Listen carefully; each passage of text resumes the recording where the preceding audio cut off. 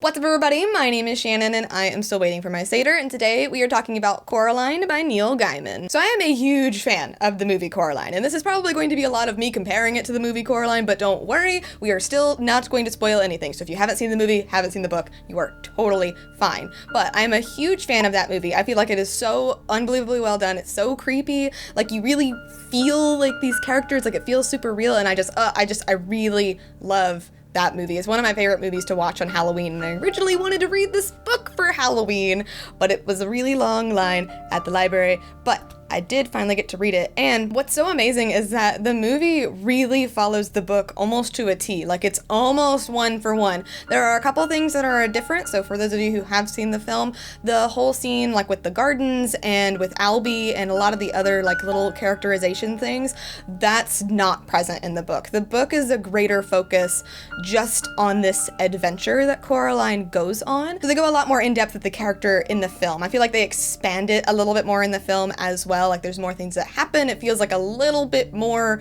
fantastical, whereas in the book it is about this girl who moves into a flat. She's got some kind of weird neighbors. They don't pronounce her name correctly because she's Coraline Jones. They're always calling her Caroline.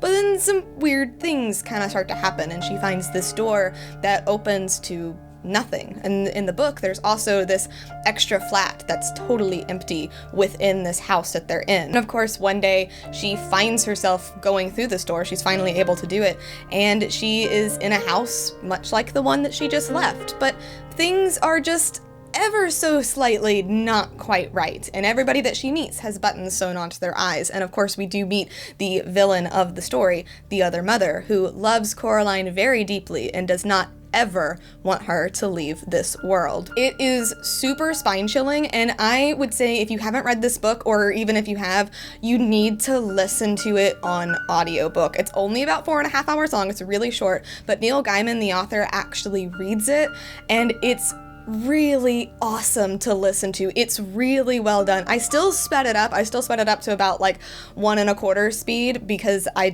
have to hear things a little bit faster. But it is really spine-chilling, and you really get it. There's especially this one scene in the basement of the house, and that's not in the film. So if you want this awesome spine-chilling scene, you gotta read the book for it.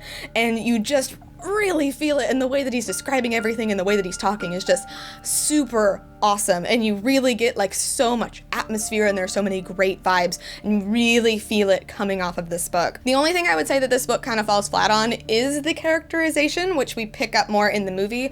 I don't know if I would have noticed this if I had read the book first, but having watched the movie and just knowing like how much more we get there, we get to learn a lot more about like the parents and their lives, and a little bit more about Coraline and her personality. I just feel like in the book we don't get that too much. We do get Coraline, you do get a feel for this girl, but if anything, she just kind of feels like this peculiar young girl. There's not really anything about her that you can like put your finger on. Like, you could almost put like any girl within this scenario. So I would just say character-wise, that's kind of where it falls a little bit flat, but otherwise I really love it. And if you like spooky, scary stories, you will definitely like Coraline, and if you're a fan of the movie, you definitely need to read the book. I can't say enough good things about this book. It's creepy, it's spine-chilling, it's awesome. A+ for me. Definitely go check it out. But thank you guys so much for watching this video. If you liked it, be sure to hit that like button down below, and don't forget to subscribe so you can talk books with me every week. That is everything I got for you today, and I will see you guys next time. Bye!